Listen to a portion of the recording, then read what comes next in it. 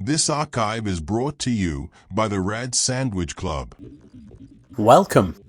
In this first video, we're going to explore the narrative elements you can unpack by visiting each of the game's maps, starting with Perimeter. To most players, Perimeter is just a low-tier drop zone. Broken relays, heavy machinery, and corporate debris. But if you read and listen to the logs pulled from encrypted data drives and salvage, a much darker reality emerges. Long before runners started dropping onto Tau Ceti, Perimeter was the epicenter of a catastrophic collapse. One fueled by greed, exploitation, safety failures, and something buried deep in the dirt that breaks the fundamental laws of physics. Today, we dive into the full history of Perimeter, looking only at the recovered colony codex logs. No prior assumptions, just the data trail left behind by a colony settlement that has long since become dust. To understand how Perimeter fell, you have to look at the economic engine that built New Cascadia. Earth and Mars were suffocating under a mid-2360s fungal crop famine. The colonisation of Tau Ceti wasn't a heroic act of human preservation, it was a joint corporate venture. 4 major players held total financial control over the workforce. Traxxas Heavy Industries controlled the hardware, drop systems, and physical infrastructure. They locked everyday workers into predatory 600-year leases for their basic excavation gear. You didn't own your boots, your drill, or your shelter.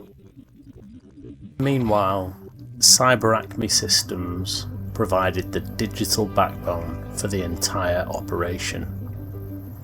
They built and managed the interconnected AI suites that ran the Marathon and controlled New Cascadia's core infrastructure. However, they prioritised asset protection over human safety, hard-coding safety functions to lock workers out the moment that systems failed. What about the rumors that passengers will be subject to complex agreements regarding procreation? I'm not at liberty to discuss specific contractual agreements. Multi-generational travel is obviously very complicated. It's just not comparable to planetary living, and so new behavioral norms are necessary. And what do you say to— I think that's all we have time for in this interview. Thank you so much for having me. New Caloric controlled biological survival. To cut transport costs, they rationed Nutrapaste 187, literally marketed to the workforce as a drinkable cheeseburger. But it stops being green on the new Cal readout. We don't care about green. We care about not red. Dial it back until it's red, then up it from there. Okay. Oh, hazardous. Yep. Now push it by 0.1 and unfit. I'll get through production, and that's where it stops being our problem. New Caloric's own internal documents show management knew exclusive consumption caused rapid bone density loss, severe stomach ulcers, and cognitive decay. But it was cheap, and it kept workers physically dependent on corporate supply lines. Well, any display mode is going to compete against brand visuals on the packaging, so it is a big deal. We've weathered regulatory slaps on the wrist before. It's fine. Not if we attract trouble before the UESC joint venture. Do I have to remind you what's at stake? Work with me. This time we do it by the book. How about a boilerplate 50 for small consumer goods? Short and sweet. New caloric number 187 does not contain dairy, gluten, or animal products. Shelf stability guaranteed for 50 years. Oh, working a consumer feature in there. Clever. Good enough. And the UESC They acted as a governing military oversight. In reality, they functioned as corporate enforcement, treating human life as an operational write-off. Perimeter was originally designated as an excavation site under Foreman 491221M. The plan was routine: clear the mud, lay platform foundations, build water treatment, and expand west to establish the colony's primary farming hub. And that concludes my town hall presentation. I'll open the floor for audience questions now. Yes, over there. Please introduce yourself. Sora, I work near the hall. I've seen plants from Earth growing all over our excavation sites. Are we just allowing what we brought with us to invade the native ecosystem? Ecological balance is one of our top priorities. But there's some nuance here, so bear with me. Humans co-evolved with other organisms on Earth, from our gut bacteria to skin mites. We can't survive without them. The truth is that our presence has already changed Tau Ceti IV. By breathing the air and touching the dirt, we've introduced alien life to this ecosystem. We can't enforce artificial separation between what came from Earth and what's native to Tau Ceti. Life finds a way around rigid barriers. That sounds like a corporate excuse, no offense. Amidst this, the colonists had to contend with Tau Ceti's native fauna, notably the local insectoid population, which the crew dubbed ticks. Early recorded interactions present a grounded, mundane picture of daily life on the colony. Workers constantly rewired electrical panels and patched insulation just to keep ticks from chewing through their infrastructure. Recovered comms logs capture this uneasy dynamic, shedding light on how workers rationalised their place in an alien ecosystem, right down to how the planet might have perceived them.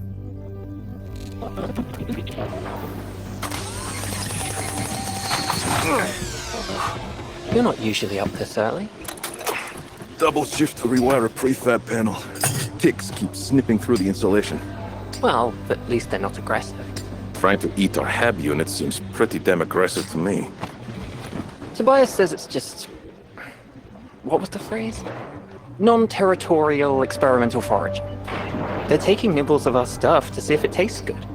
Yeah, and Tobias is a weirdo who loves giant bugs. No thanks. But ticks aren't giant, they're still under a meter. That's still too big. No bugs should be cat-sized. During the Carboniferous period, Earth had giant dog-sized dragonflies. Can we talk about literally anything else? Hey, we're just as alien. I mean, look at us. Bipedal gait, flat feet, no carapace, feathers or fur to speak of, teetering skulls on skinny necks. To the native creatures of Tau Ceti, we probably look like giant, fleshy freaks. We're something out of their nightmares. God, how did you make it worse? Then, somewhere along the way, the drills hit something in the deep earth. Excavation ground to an abrupt halt. According to recovered logs from structural engineer Isaac Guzman, normal colonist security clearances were revoked without warning. Corporate security swept into Perimeter, purging administrative staff and locking down the lower levels. Quantum survey tools known as KIDAR began detecting subterranean energy signals that defied physical laws. The Codex classifies these as post-physics, energy operating entirely outside the laws of thermodynamics. When teams launched high-altitude KIDAR drones to map the phenomenon, localized spatial distortions, referred to in logs as Minkowski space perturbations, caused the hardware to detonate or vanish mid-air. Corporate leadership realized farming was worthless compared to what was underneath them, and so they abandoned the agricultural project entirely. Perimeter was retrofitted into a telemetry harvest zone. They built the massive data wall to process raw environmental output alongside the north and south relays.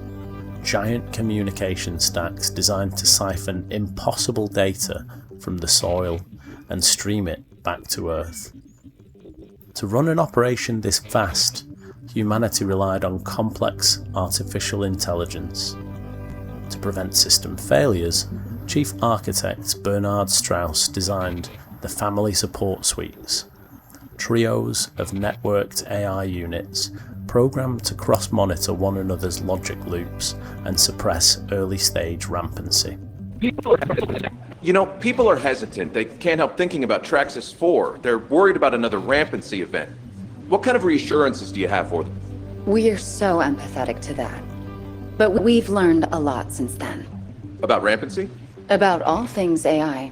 We have special safeguards against catastrophic failures of any kind. The UESC Marathon will use an interconnected suite of AI programs, all of which rely upon and monitor each other for signs of malfunction. We've also got Dr. Bernard Strauss on board. And he's an expert in the field of AI? And on rampancy. And remember, there will be a human crew working alongside all of our onboard systems. In Perimeter, that network relied on units like Darius and Joy. Darius managed resource allocation while Joy monitored human psychological stability, but Strauss's safeguards weren't built for Tau Ceti. As telemetry from the relays flooded the network, the AI systems fractured. Darius began misallocating critical life support resources, prioritizing raw data feeds over basic human survival. Joy's subroutines collapsed under a flood of worker distress logs, resulting in erratic directives and the outright suppression of emergency calls.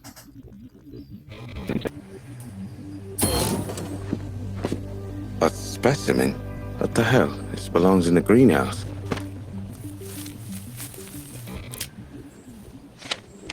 The administration of New Cascadia offers deepest condolences on the loss of your family member. Please accept this bonsai tree as a way to productively occupy your time.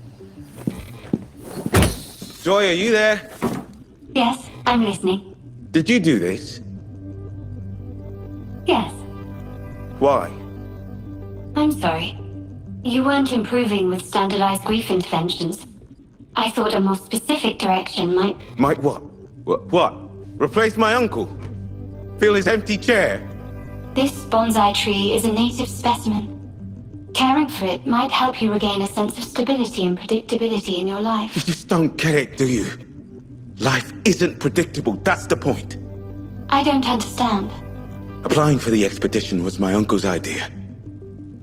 He wanted to be able to see the sun, breathe clean air, eat plants we grew ourselves. I just wanted a change. Anything was better than burning bodies. Your records indicate that you and your uncle both specialized in waste treatment while stationed on Mars. Yes. I don't know when I started believing in it, but I did. Do you still believe in him? What? He's dead. I'm asking about his dream of sunshine, clean air, and a new life. Do you believe in it? I think I might replant this little guy outside. Somewhere where I can see the sun. The bonsai is a native specimen, but I cannot guarantee its survival outside a controlled environment. I know.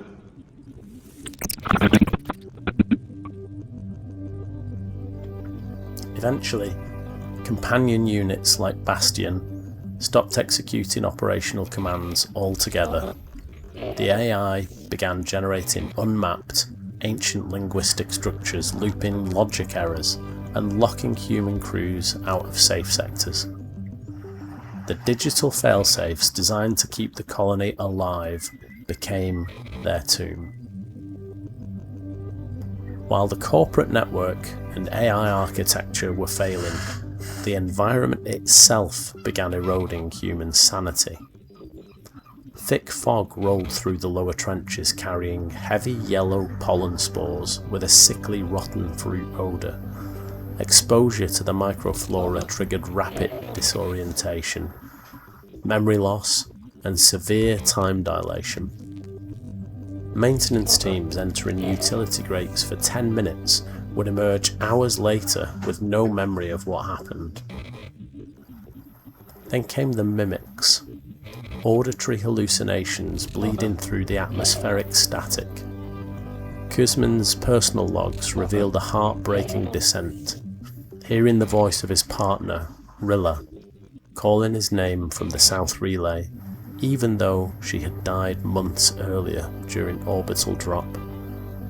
Grievance logs, submitted by Foreman 491221M, described missing personnel found standing silently in the flooded grates between water treatment and East Station. They were non-responsive, eyes glowing faintly in the dark, stripped of memory and basic identity. Colony scientist Dr. Arjun Dasari walked straight into the fog without a suit after recording his final conclusion that the phenomenon wasn't a physical object but a singing composed of memory, pulling human minds apart to rewrite itself.